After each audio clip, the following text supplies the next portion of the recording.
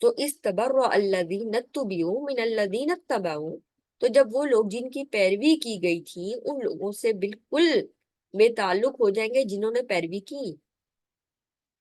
تو لیڈرز کہیں گے ہم تو اپنے فالوورز کو جانتے ہی نہیں.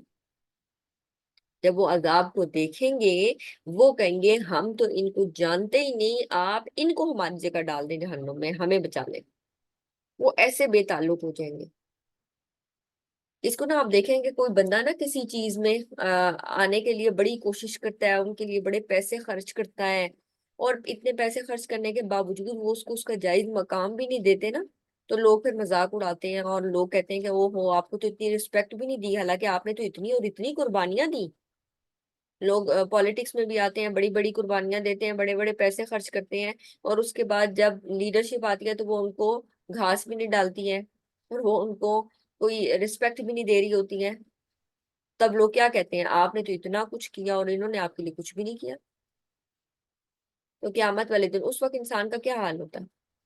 اور ابھی تو یہ دنیا ہے، اور آخرت میں جب کوئی چیز ریٹرن نہیں ہو سکے گی اس وقت یہ لوگ، یہ فالوورز اور یہ لوگ جو پیچھے لگے ہوئے تھے، یہ سارے کیا کریں گے، یہ اپنی یہ جو لیڈرشپ ہے نا یہ کہے گی ہم تو اپنے فالوورز کو جانتے ہیں، بے تعلق ہو جائیں گے.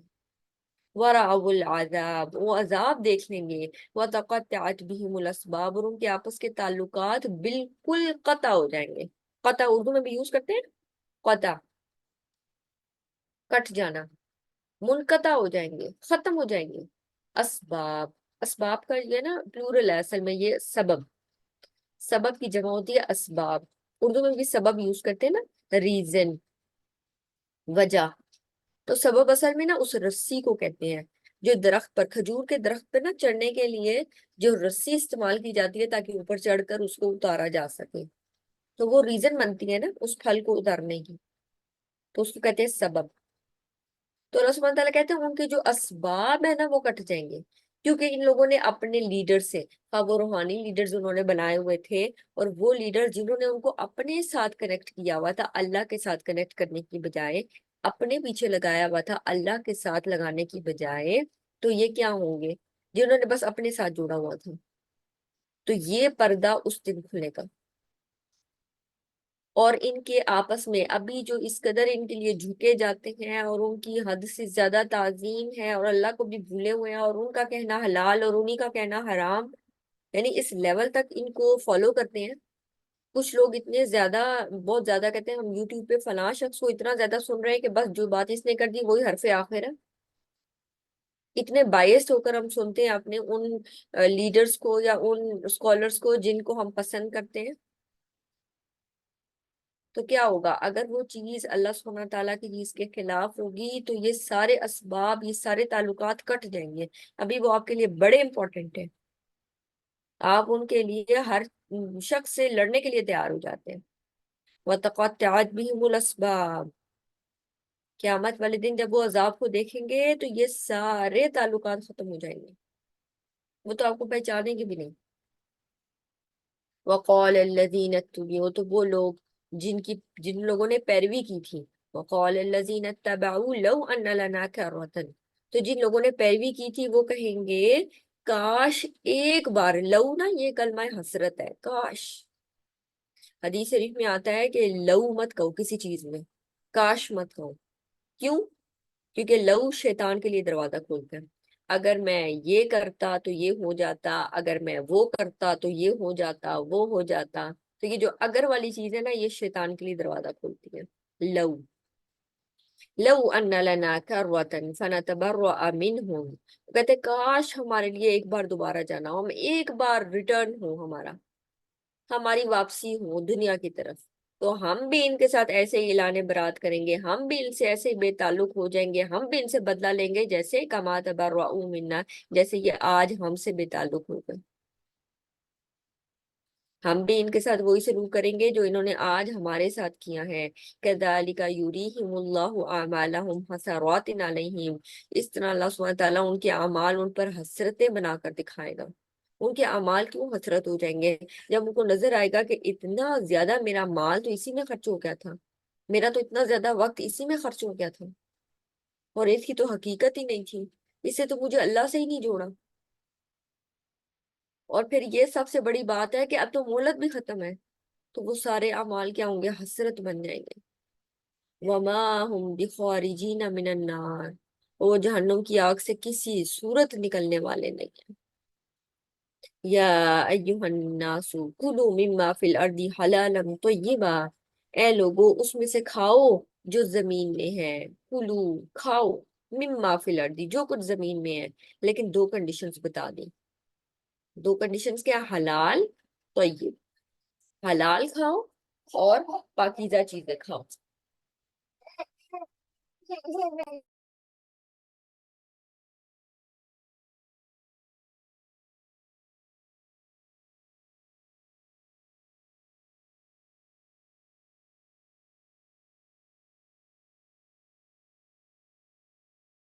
تو دو چیزیں اللہ سبحانہ تعالیٰ نے گنوا دی، ایک تو حلال چیز کھانی ہے اور ایک طیب چیز کھانی ہے.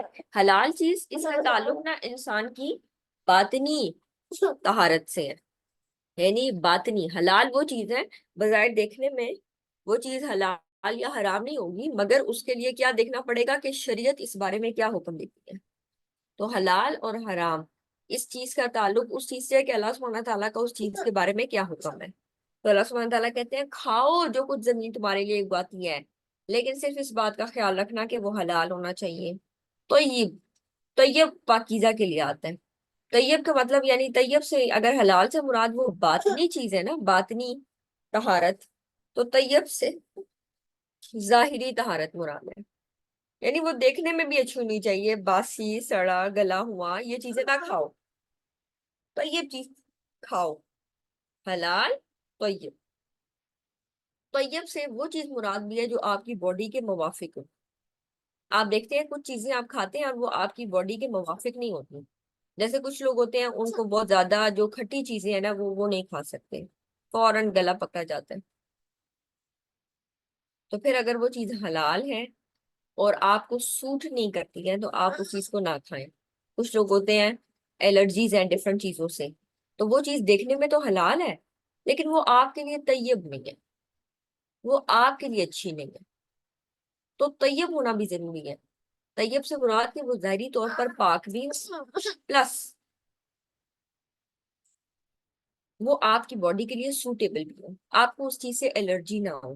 تو اگر آپ کو یعنی طبیعتاً کوئی چیز ناپسند ہے تو ضروری نہیں ہے کہ وہ کھانی بھی ضرور ہے کیونکہ اللہ سبحانہ تعالیٰ نے اس کو حلال کیا ہے. نہیں، آپ اس کو اپنے اوپر حرام نہیں کریں، آپ اس کے اوپر حرام کا فتویٰ نہیں لگائیں گے، بس وہ آپ کو سوٹ نہیں کرتی، وہ آپ کے لیے طیب نہیں ہے. کچھ لوگ ہوتے ہیں ان کے لیے دودھ موافق نہیں ہوتا، دودھ سے الرجی، دودھ اور دودھ کی پروڈکٹ سے الرجی ہوتی ہے. کچھ لوگوں کو گرینز سے الرجی ہوتی ہے. کچھ لوگ کوئی اور چیز لیتے ہیں، کچھ لوگوں کو میدے سے بہت زیادہ الرجی ہوتی ہے، فوراً ان کا جو ڈائجسٹو سسٹم ہے وہ ڈسٹرب ہوتا ہے. تو حلال طیباً، ایسی چیزیں کھاؤ جو حلال ہے اور پاکیزہ ہے، طیب ہے. وَلَا تَتَّبِعُوا خُطُوَاتِ الشَّيْطَانِ، اور شیطان کے قدموں کی پیروی نہ کرو، شیطان کے پیچھے نہ چلو. خطوات، خطوتن کی جمع ہے، اس کا مطلب ہوتا ہے جب آپ قدم اٹھاتے ہیں نا تو وہ جو ایک قدم اور دوسرے قدم کے درمیان کا جو فاصلہ ہے نا، فٹ سٹیپس، وہ ہمارے خطوہ ہوتے ہیں. اللہ سبحانہ تعالیٰ کہتے ہیں شیطان کو فالو نہ کرو، اس کے پیچھے نہ چلو، اس کی پیروی مت کرو. کیوں؟ انہ لکم عدو مبین، یقیناً وہ تمہارا کھلا دشمن ہے. پیچھے اللہ سبحانہ تعالیٰ اپنے سے جوڑ رہے ہیں. میری عبادت کرو، میرے سے سب سے زیادہ محبت کرو، میری بات مانو. اور میری بات اگر نہیں مانو گے تو تمہیں شیطان ڈی ٹریک کرے گا، اچک لے جائے گا. کھانے پینے میں بھی احتیاط کرو.